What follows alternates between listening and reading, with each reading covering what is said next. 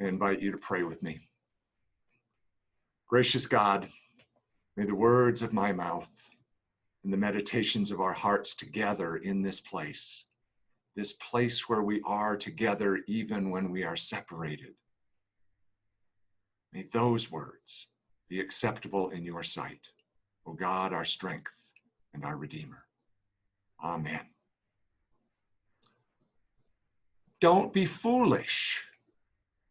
Mothers and fathers all over the planet can be heard telling their children this bit of advice. Teachers speak it sternly to their students who are goofing off in the back of the classroom. We even say it to ourselves as we try very hard to make a good first impression on people we hope will like us. It seems like a solid piece of wisdom to heed, but what exactly it means to be foolish and whether or not it is ever a good thing to be that way are questions which are very much open to debate. In the book of Proverbs, we find the wonderful image of wisdom throwing a party. She has cleaned the house, gotten out the best linens, the fancy china, grandma's silverware. The servants have been cooking for days, preparing a mouth-watering assortment of wonderful food. She has plumbed the depths of her wine cellar for the very best vintage, and the embossed invitations are being hand-delivered. There is only one prerequisite for making it onto the guest list for this party. You must be a fool, simple, without sense. At first glance, it appears as if it is wisdom who has lost her senses. But upon further examination, it seems quite noble and even charming. It is an enlightenment party. Help the lost to find their way, tutor the ignorant, redirect those who have somehow gone astray. It is a party to help people who just don't get it.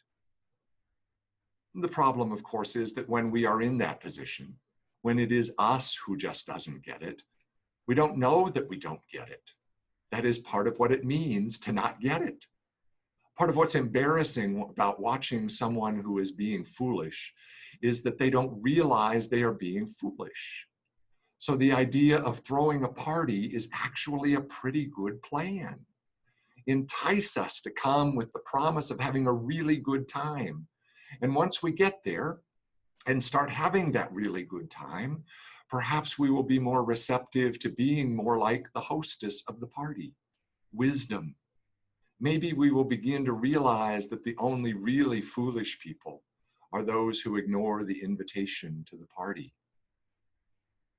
The writer of the letter to the Ephesians wasn't in quite as festive a mood, but tries to make a similar point nonetheless.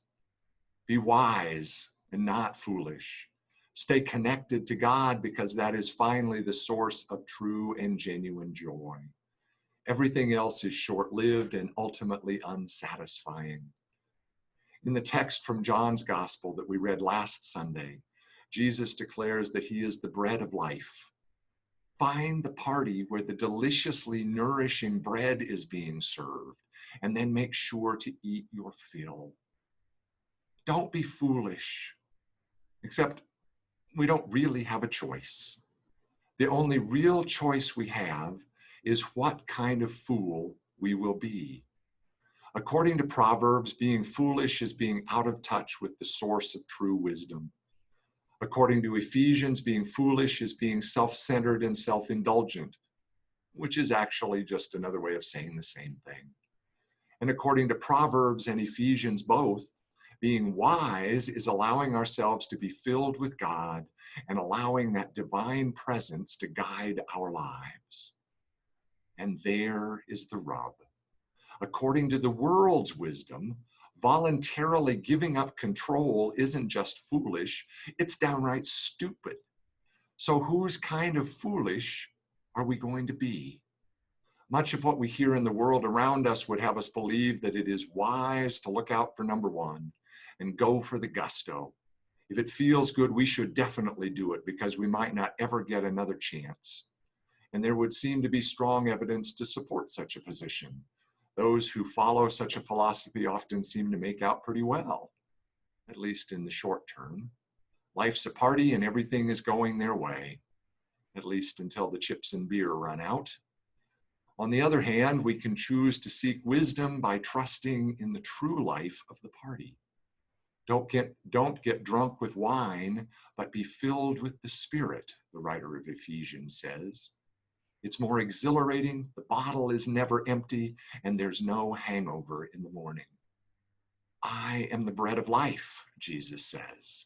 It's party food that is also nourishing, and the supply is endless. There are people who get drunk to loosen their inhibitions enough so they will get a little bit foolish and a little bit out of control. They somehow find it thrilling.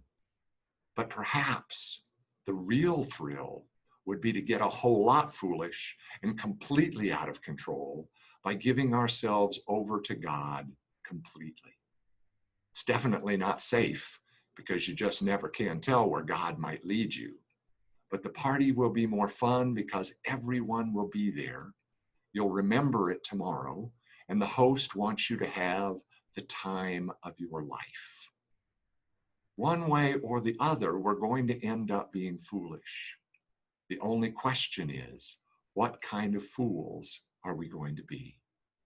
Wisdom is throwing a party, and she is hoping we are foolish enough to accept the invitation. Amen. Amen.